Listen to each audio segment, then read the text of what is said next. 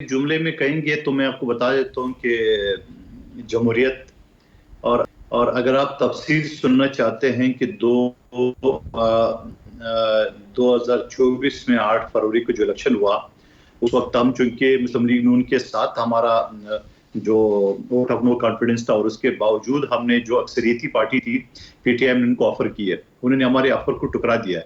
ہمارے پاس کوئی اور چارہ نہیں تھا، یا تو ہم مسلم لیگ نون کو سپورٹ کرتے یا ہم اسمبلی میں نہیں بیٹھتے۔ اگر ہم اسمبلی میں نہیں بیٹھتے تو قومی اسمبلی نہیں ہوتا، نہ وفاقی حکومت ہوتا، تو مجبوری میں ہم نے مسلم لیگ نون کا ساتھ دیا ہے۔ آپ کا سوال اپنی جگہ پہ ویلڈ ہے۔ ہماری اتنی ساری جو مسلم لیگ نون ہمارے ساتھ پنجاب میں کر رہی ہے، یا ہماری 6 نہریں نکالی جا رہی جہاں سے پہلے بنجر ہے، یہاں اگر 2 صوبوں میں سی اتھارٹی بنا رہی ہے ہم سے مشاورت کے بغیر، وہاں K4 K5 منصوبے کے لیے جو پیسے وفاقی حکومت دینے تو وہ نہیں دیا ہے، یا اس کے علاوہ جو سندھ میں سیلاب زدگان کے مکانات کے لیے جو فنڈ تھے، تو یہ بہت سارے ایشو ہے جو مسلم لیگ نون پورا نہیں کر رہی ہے۔ تو یقیناً پارٹی اس کے اوپر مشاورت کر رہی ہے، ہمارے CEC کی میٹنگ بھی ہوئی ہے، اور ابھی 2 دن پہلے آصف علی زرداری صاحب سے بھی پنجاب کے رہنماؤں نے ملاقاتیں کی ہیں، اور یہی باتیں دہرائی جو میں آپ سے کر رہا ہوں۔ جی اس پہ تو تو میں انہوں نے یہ کہوں گا شکایات کے کہ انبار لگا دیے ذرائع کے مطابق، اور وہ تو یہ کہہ رہے ہیں کہ آپ اس اتحاد سے علیحدہ ہو جائیں، لیکن پریزیڈنٹ کہہ رہے ہیں کہ نہیں ہماری مجبوری ہے۔ تو میں اسی کانٹیکس میں آپ سے جان رہا ہوں کہ مجبوری کیا ہے جو پاکستان پیپلز پارٹی کو، اور at this point in time بھی ایک تو وہ نا کہ جب اتحاد فارم ہو رہا تھا، کمپوزیشن بن رہی تھی۔ دیکھیے آپ مجھے بتا دو، مجبوری یہ ہے کہ آج پیپلز پارٹی اگر کندھا ہلا دے تو مسلم لیگ نون کو حکومت تو نہیں رہے گی، تو کیا اس کے بعد اگلا الیکشن پاکستان جو صورتحال ہے وہ اس کے متعامل ہو سکتا ہے؟ نمبر 1 بات، کیا پاکستان کے پاس اتنے فنڈ ہے جو 70-80 ارب روپے الیکشن پہ خرچ کرے؟ کیا پاکستان کی جو احتجاج ہے، جو سیاسی پارٹیاں اپوزیشن ہے، وہ اگلے الیکشن پہ اعتماد کرے گی؟ تو یہ ساری سوالات ہیں جو آپ کے سامنے، اور کیا اگلے الیکشن میں خون خرابہ نہیں ہوگا؟ کیا اگلے الیکشن میں جو بلوچستان اور پختونخوا میں صورتحال ہے وہ الیکشن سموتھ ہوگا؟ تو یہ ساری سوالات ہیں جو پیپلز پارٹی کے رو کے رکھا اور پیپلز پارٹی کو مجبور کیا ہے، یہی مجبوری ہے جس کا نام ہے۔ کیا جو سٹیٹس کو اس وقت ہے وہ ملکی مسائل کا حل ہے؟ کیا اس سے تو پاکستان پیپلز پارٹی کے ایشوز حل نہیں ہو پا رہے ہیں، جو نیشنل ایشوز ہیں وہ تو درکنار؟ دیکھیے اگر آپ یہ کہیں گے کہ ہماری مخالفت کے باوجود اگر آپ یہ سمجھ رہے ہو کہ موجودہ حکومت کی پرفارمنس جو ہے نا وہ پی ٹی آئی سے بہتر نہیں ہے، تو یہ بات غلط ہوگی۔ یقیناً پی ٹی آئی کے دور میں جہاں سٹاک ایکسچینج 22,000 انڈیکس پہ چل رہا تھا، 100 انڈیکس پہ، آج 1,18,000 کو ٹچ کر چکا ہے، اور آج کے تاریخ پہ بھی یہ 1,13,000 پہ چل رہا ہے۔ تو میں یہ سمجھ رہا ہوں اگر آپ عالمی اداروں کے جو فنڈ ہے وہ اگر آپ دیکھ لیں تو ماضی سے بہتر ہے۔ آج اگر پچھلی حکومت یا پی ٹی آئی والے کہتے تھے کہ یہ سری لنکا بنے گا، تو وہ چیزیں تو ختم ہو گئی ہے۔ تو بہت ساری چیزیں انڈیکیشن یہ ہے کہ ماضی سے بہتر ہے۔ میں یہ نہیں کہوں گا دودھ کی نہریں بہہ رہی، میں نہیں کہوں گا کہ یہ بہتر ہے، مگر مزید بہتر کرنے کی ضرورت ہے۔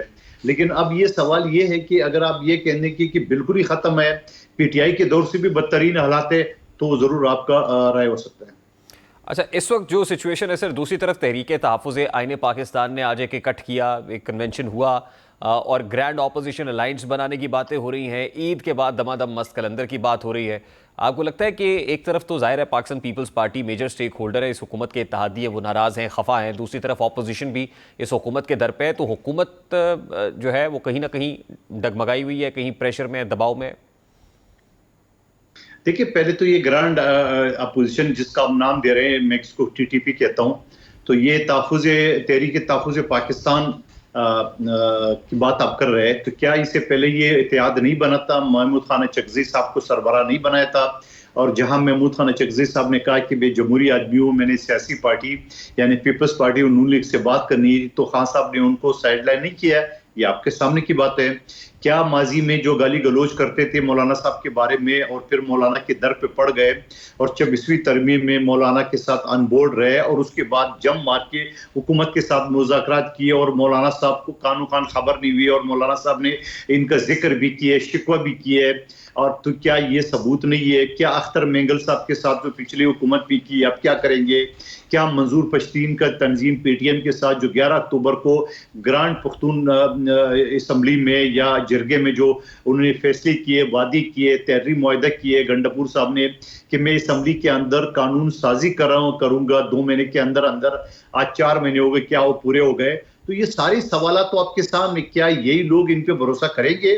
کیا یہی لیکن لوگ قادر پی ٹی آئی مندوخیل پہ صاحب یہی بھروسہ کریں گے جمہوریت کا جو خود حسن ہے نا دولت کا شکار ہے؟ سر یہی تو جمہوریت کا حسن ہے. جمہوریت میں جو ہے وہ جرأت اختلاف بھی ہوتی ہے، آزادی اظہار رائے بھی ہوتی ہے، رائٹ ٹو ایسوسیشن بھی ہوتی ہے. اگر وہ گرینڈ اپوزیشن الائنس بنا رہے ہیں تو ان کا جمہوری حق کا استحقاق ہے، اور میرا خیال ہے کہ یہ ایک ڈیموکریٹک معاشرے کے حسن کی علامت بھی ہے. لیکن ایسے میں کنونشن کرنے کی اجازت نہ دینا، اس کو کینسل کرنا، بوجوہ کینسل کرنا، کبھی سیکیورٹی ریزنز بنانا، کبھی وینیو کی اویلیبلٹی کا reason banana, don't you think کہ حکومت کے پارٹ پہ کوئی درست عمل نہیں؟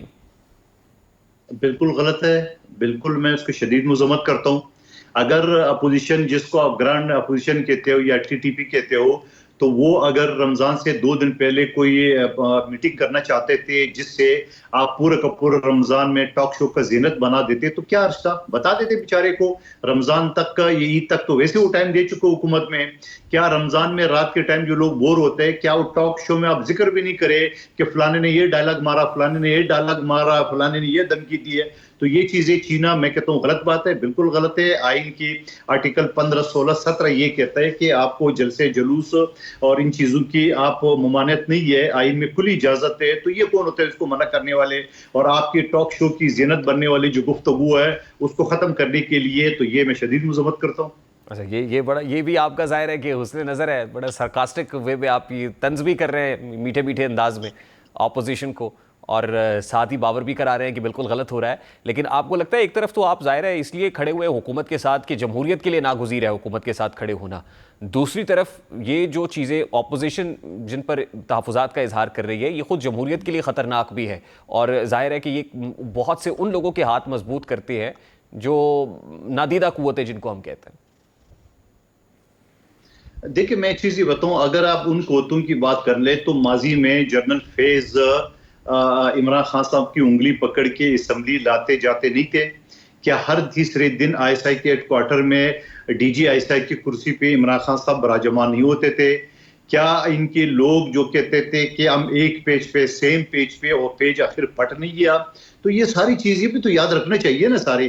تو اگر آپ اگلے کے اوپر انگلی اٹھائے، آج بھی وہ عمران خان صاحب جمہوری پارٹیوں سے، سیاسی پارٹیوں سے بات کرنے کی بجائے امپائر کی انگلی ڈھونڈ رہے.